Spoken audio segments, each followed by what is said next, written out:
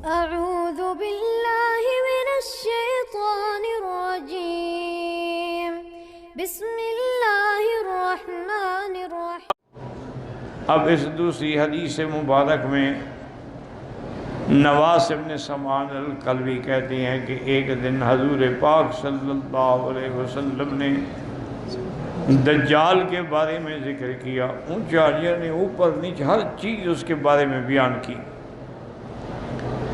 اور بیان میں اتنی تاثیر تھی ہم نے سمجھا کہ شاید یہ جو باغ ہے نا کھجوروں کا ابھی اسی میں دجال کھڑا ہے۔ حضور پاک نے فرمایا دجال کے علاوہ مجھے اور چیزیں ہیں جس کا مجھے ڈر ہے تم پر۔ دجال بھی فتنہ ہے لیکن اس کے علاوہ بھی اور چیزیں ہیں جس سے مجھے اپنی امت پہ خوف ہے۔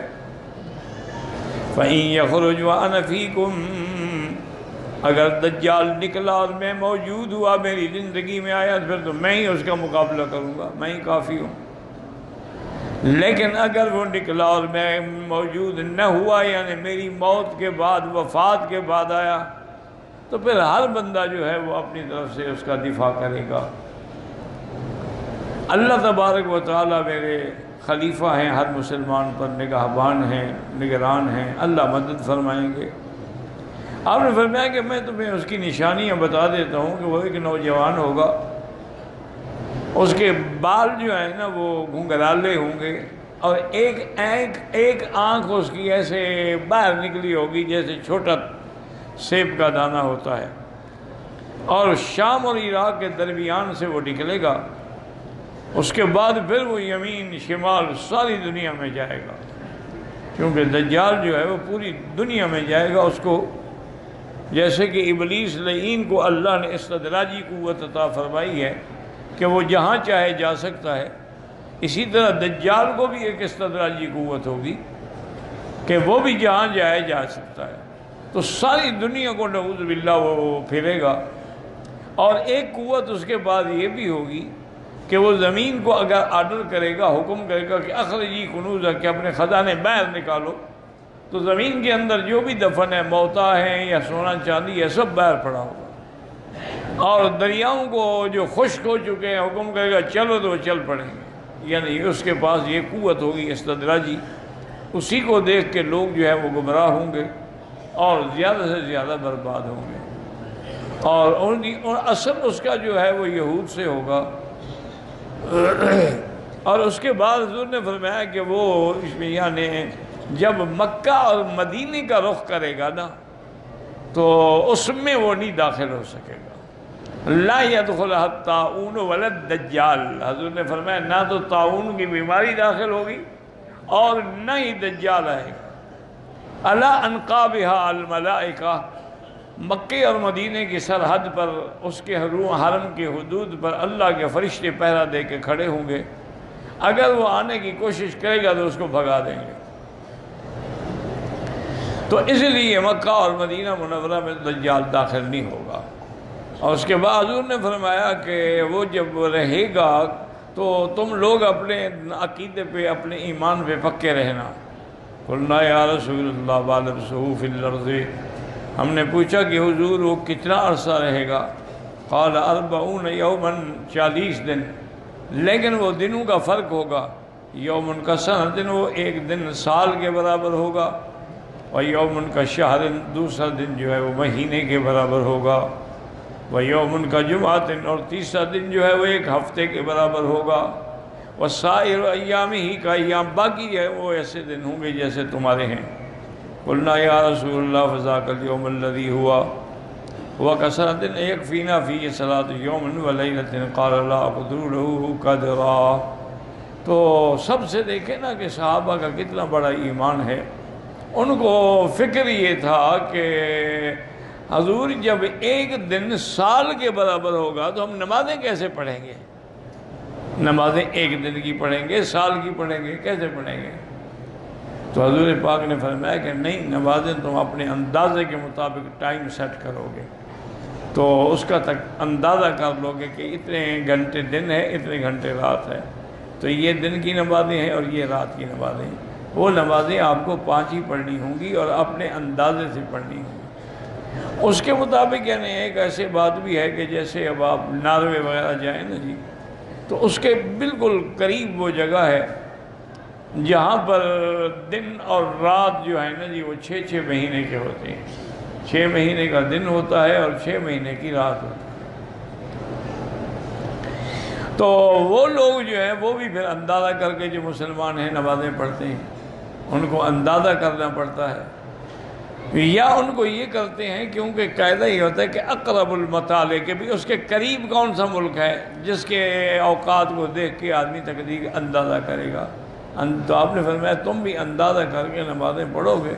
نماز تو ایسی عبادت ہے کہ وہ کسی حال میں بھی نہیں چھوڑی جا سکتی. اور اس کے بعد آپ صحابہ نے پوچھا اسراء فی الارض قال کالغیث استدبرت الريح. صحابہ نے پوچھا حضور وہ کتنی یعنی تیز سفر کرے گا؟ اور میں یوں سمجھ لو کہ جیسے بادلوں کے پیچھے ہوا لگی ہوتی ہے نا، بادل بھاگ رہے ہوتے ہیں، ایسے وہ چلے. قال یمر بالحی ویدعوہم ویستجیبون لہ. وہ کسی قبیلے پہ گزرے گا تو ان کو بلائے گا کہ تم مجھ پر ایمان لے آؤ. وہ اس پر ایمان لائیں گے تو وہ کہے گا اچھا آسمانوں سے بارش برسو تو بارش شروع ہو جائے گی. والارض فتنبت، زمین سے کھیتیاں نکل پڑیں گی، برکات ظاہر ہو جائیں گے. وَتَرُوحَ عَلَيْهِمْ صَالِحَةٌ مِثْلَ كَانَ ذَرِيعٍ وَأَمَدَّهُ خَوَاصِرَ وَأَصْبَغَهُ ذُرُوًا. اب ان کے جانور جب جائیں گے تو چل کے اپنے پیٹ بھر کے آئیں گے، ان کے پیٹ بھرے ہوں گے، پسلیاں باہر یعنی پیٹ باہر نکلے ہوں گے، اور ان کے تھن جو ہیں دودھ والے وہ بھی بھر چکے ہوں گے دودھ سے. وَيَمُرُّ بِالْحَيِّ فَيَدْعُوهُمْ وَيَرُدُّونَ عَلَيْهِ قَوْلَهُ. اور دوسرے قبیلے پہ گزرے گا، ان کو دعوت دے گا لیکن وہ اس کی بات نہیں مانیں گے. فَتَتْبَعُهُ أَمْوَالَهُمْ فَيُصْبِحُونَ مُمَحَّلِينَ لَيْسَ مِنْ أَمْوَالِهِمْ شَيْءٌ. تو وہ نعوذ باللہ اشارہ کرے گا تو ان کے سارے مال شال سب ختم ہو جائیں گے. وَيَمُرُّ بِالْخَرْبِ يَقُولُ لَهَا. زمین ایسی جو ویران پڑی ہوگی، اجڑی ہوئی خشک زمین پڑی ہوگی، اس کو کہے گا اخرجی کنوزک، اپنے خزانے نکالو. وَتَتْبَعُهُ كُنُوزُهَا كَيَعْصِيبِ النَّحْلِ. زمین کے خزانے نکل آئیں گے اور وہ اس کے پیچھے ایسے چلیں گے جیسے شہد کی مکھیاں آتی ہیں. كَانَ وَيَأْمُرُ بِرَجُلٍ فَيُقْتَلْ فَيَضْرِبُهُ بِالسَّيْفِ فَيَقْطَعُهُ جَزْلَتَيْنِ رَمِيَةَ الْغَرَضِ. ایک آدمی کو بلا کے حکم دے گا کہ اس کو قتل کرو، 2 ٹکڑے کر دے گا، 2 ٹکڑوں میں اتنا فاصلہ ہوگا، پھر بلائے گا تو آ جائے گا زندہ ہو کے. ثم يدعوه ويكبر إليه فبينما هم على ذلك إذ بعث الله عز وجل المسيح عيسى ابن مریم. اب یہی دور ہوگا، دجال کے فتنے کا زور ہوگا، اور حضرت عیسیٰ ابن مریم علیہ السلام جو ہیں وہ اللہ کے حکم سے آسمانوں سے اتریں گے.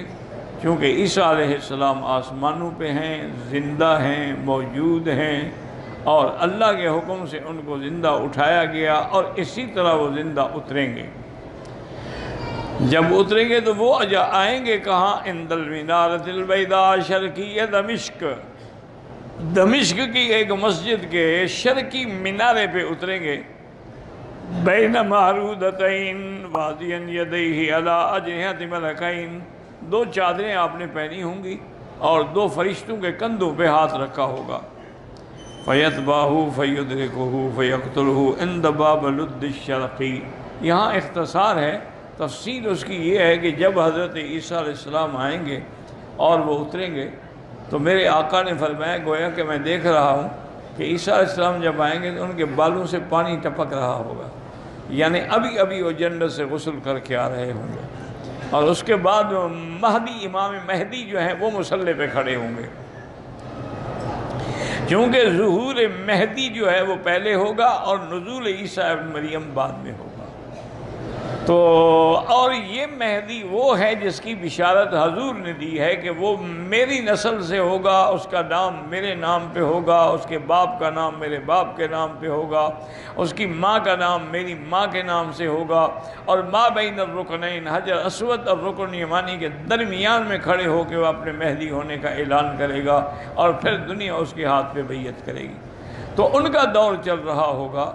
تو اب جب عیسیٰ علیہ السلام آئیں گے تو صفیں بن چکی ہوں گی، اذان ہو گئی ہوگی، تکبیر ہو گئی ہوگی، تو حضرت صفیں ٹھیک کر رہے ہوں گے، تو دیکھیں گے کہ عیسیٰ ابن مریم تشریف لا رہے ہیں، تو وہ مصلی سے ہٹنا چاہیں گے، کیونکہ جب اللہ کا نبی آ جائے، پیغمبر آ جائے، تو پھر کوئی مصلی پہ نہیں کھڑا ہو سکتا، چونکہ نبی جو ہے وہ امام ہوتا ہے امت کا، اور ہمارے آقا تو خیر امام الانبیاء ہے، نہ صرف امت کے نہیں بلکہ انبیاء کے بھی امام ہیں علیہ الصلاۃ والتسلیم۔ تو وہ پیچھے ہٹنے کی کوشش ہوگا، نہیں رسے کا تم کھڑے رہو، نماز پڑھاؤ۔ اس وقت میں بحیثیت نبی کوئی شریعت لے کے نہیں آیا، بلکہ میں محمد مدنی کا امتی بن کے آیا ہوں، اور میں ان کی شریعت پہ چلوں گا، اس لیے پہلی نماز میں ان کی اقتداء میں پڑھنا چاہتا ہوں۔ تو حضرت عیسیٰ علیہ السلام ان کے پیچھے نماز پڑھیں گے، اور پھر عیسیٰ علیہ السلام تقریباً حضور نے فرمایا کہ 40 سال زندہ رہیں گے زمین پر، اور آپ حکم دیں گے بھی تلاش کرو دجال کہاں ہے۔ تو دجال جو ہے وہ باب لد جو ہے یہ اسرائیل میں اب بھی وہ جگہ بڑی مشہور ہے، وہیں آ کے یہ عبادت کرتے ہیں یہودی، چونکہ دجال یہودی ہوگا نا، وہ ان کا امام ہے نا، تو اس کے آنے کی انتظار میں ہے یہ کہ وہ دجال کب آئے گا۔ اچھا، اللہ کی شان یہ ہے کہ یہودی دجال کی انتظار کر رہے ہیں اور شیعہ مہدی کی انتظار کر رہے ہیں۔ دونوں جماعتیں جو ہیں، شیعہ کہتے ہیں کہ مہدی جو ہیں وہ حسن عسکری کی اولاد ہیں، اور وہ ایک غار ہے سراندیب کے علاقے میں، وہاں چھپے ہوئے ہیں، جب وقت آئے گا تو وہ ظاہر ہوں گے، اور اس کا غار کا نام جو ہے وہ ہے سر من رہا، جو دیکھے خوش ہو جائے۔ اور ان کے عقیدے میں یہ زمانہ جو ہے غیبوبت کبریٰ کا زمانہ ہے کہ امام غائب ہے، اس لیے ان کا امام مصلی پہ کبھی کھڑا نہیں ہوتا، مصلی خالی رہے گا، ساتھ کھڑا ہوگا، کیونکہ امام کی یہ تو امام کی جگہ ہے اور امام صاحب غائب ہے، تو یہ تو نائب بن کے ان کی نماز پڑھاتے ہیں۔ تو یہ بھی ایک حالانکہ یہ بالکل جھوٹا مہدی ہے جس کا وہ کہتے ہیں حسن عسکری کی اولاد ہی کوئی نہیں ہے، تو اس کا بیٹا مہدی کیسے بن گیا جب وہ کہتے ہیں میری تو کوئی اولاد ہی نہیں ہے؟ اور پھر اتنا عرصہ غار میں بیٹھے ہوئے، اچھے امام ہیں، لوگ تباہ ہو رہے ہیں، امام صاحب غار میں بیٹھے ہوئے ہیں۔ اور یہ بھی ان کا عقیدہ ہے کہ جو اصل قرآن ہے نا بی بی فاطمہ والا، وہ اسی امام کے پاس ہے، یعنی اس کا مطلب امت گمراہ ہوتی ہے، امام صاحب قرآن چھپا کے بیٹھے ہوئے ہیں، قرآن پڑھنے کے لیے آیا، پڑھانے کے لیے آیا کہ چھپانے کے لیے آیا ہے؟ تو بہرحال جیسے یہ جھوٹے ہیں، وہ یہودی بھی جھوٹے ہیں کہ بھی دجال اترے گا، وہ ہمارا امام ہے، پھر پوری دنیا پہ ہماری سلطنت ہوگی۔ تو حضرت عیسیٰ علیہ السلام پہنچیں گے لد پہ، وہ وہاں موجود ہوگا۔ جب اس کی نظر پڑے گی نا عیسیٰ علیہ السلام پر، تو حدیث پاک میں ہے کہ یذوب کما یذوب الملح فی الماء، ایسے گلنا شروع ہو جائے گا جیسے نمک پانی میں ڈالو تو گل جاتا ہے، اور حضرت اس کو وہیں قتل کریں گے۔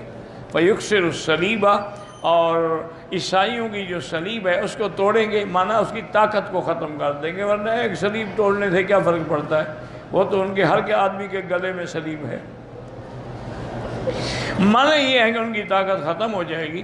حضور نے فرمایا کہ یملأ العدل عدلا و قسطا، کہ زمین پر عدل و انصاف کا دورہ ہو جائے گا، اور اتنی دولت ہوگی، اتنی آمدنی ہوگی کہ زکوٰۃ لینے والا غریب کوئی نہیں ہوگا۔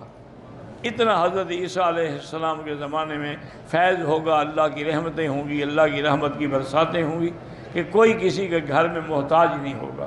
اور آپ نے فرمایا کہ انہ یتزوج، پھر عیسیٰ علیہ السلام شادی بھی کریں گے، تو اس کے بعد فرمایا کہ پھر وہ ہجرت کریں گے مدینہ شریف۔ مدینے میں آنے کے بعد ان کی موت جو ہے وہ مدینے میں آئے گی، وہ یدفن فی روضتی، اور میرے روضے میں دفن ہوں گے۔ حضور نے فرمایا کہ میرے روضے کے اندر اللہ تبارک و تعالیٰ کے حکم سے ایک قبر صدیق کی ہے، ایک فاروق کی ہے، اور ایک عیسیٰ علیہ السلام کی ہے۔ اور پھر دوسری حدیث میں حضور نے صحابہ کو نقشہ بھی بنا کے دکھایا کہ ہاکذا نبعث یوم القیامہ، اس طرح ہم کھڑے ہوں گے قیامت کے دن کہ عیسیٰ میرے ساتھ ہوں گے، ابو بکر دائیں ہوں گے، عمر بائیں ہوں گے، پھر ان سب کو لے کے میں آؤں گا جنت البقیع الغرقد، بقیع الغرقد قبرستان جو ہے مدینے کا، اس پہ آؤں گا، وہ بھی سب کھڑے ہو چکے ہوں گے حضرت عثمان کی قیادت میں، ان کی قیادت حضرت عثمان کریں گے، چونکہ وہ خلیفہ راشد ہیں اور حضور صلی اللہ علیہ وسلم کے داماد ہیں۔ فرمایا ثم انتظر اہل مکہ، تو پھر میں مکے والوں کی انتظار کروں گا۔ پھر مکے والے بھی پہنچ جائیں گے، اجعلہم علی یمینی، ان کو میں دائنے ہاتھ پہ، مدینے والوں کو بائیں ہاتھ پہ۔ تو صحابہ نے پوچھا حضور ہمیں بائیں ہاتھ پہ کیوں رکھیں گے؟ آپ نے فرمایا مکے والے تو مہمان ہوں گے، تم تو گھر والے ہو، تو مہمان کی تکریم کرنی پڑتی ہے۔ پھر مکے والوں نے سب سے پہلے قربانی دی، سب سے پہلے اسلام لائے، سب سے پہلے میرے لیے جانیں قربان کی، تو ان کا حق جو ہے وہ اسی طرح بنتا ہے۔ پر میں ثم اسوقہم الی المحشر، پھر ان سب امت کو لے کے میں شام کی طرف چلوں گا، اور شام میں ہی میدان قیامت قائم ہوگا، وہاں حضور صلی اللہ علیہ وسلم تشریف لائیں گے۔ اللہ تبارک و تعالی ہر مسلمان کا خاتمہ ایمان پہ فرمائیں، اور سرکار دو عالم صلی اللہ علیہ وسلم کی شفاعت نصیب فرمائیں۔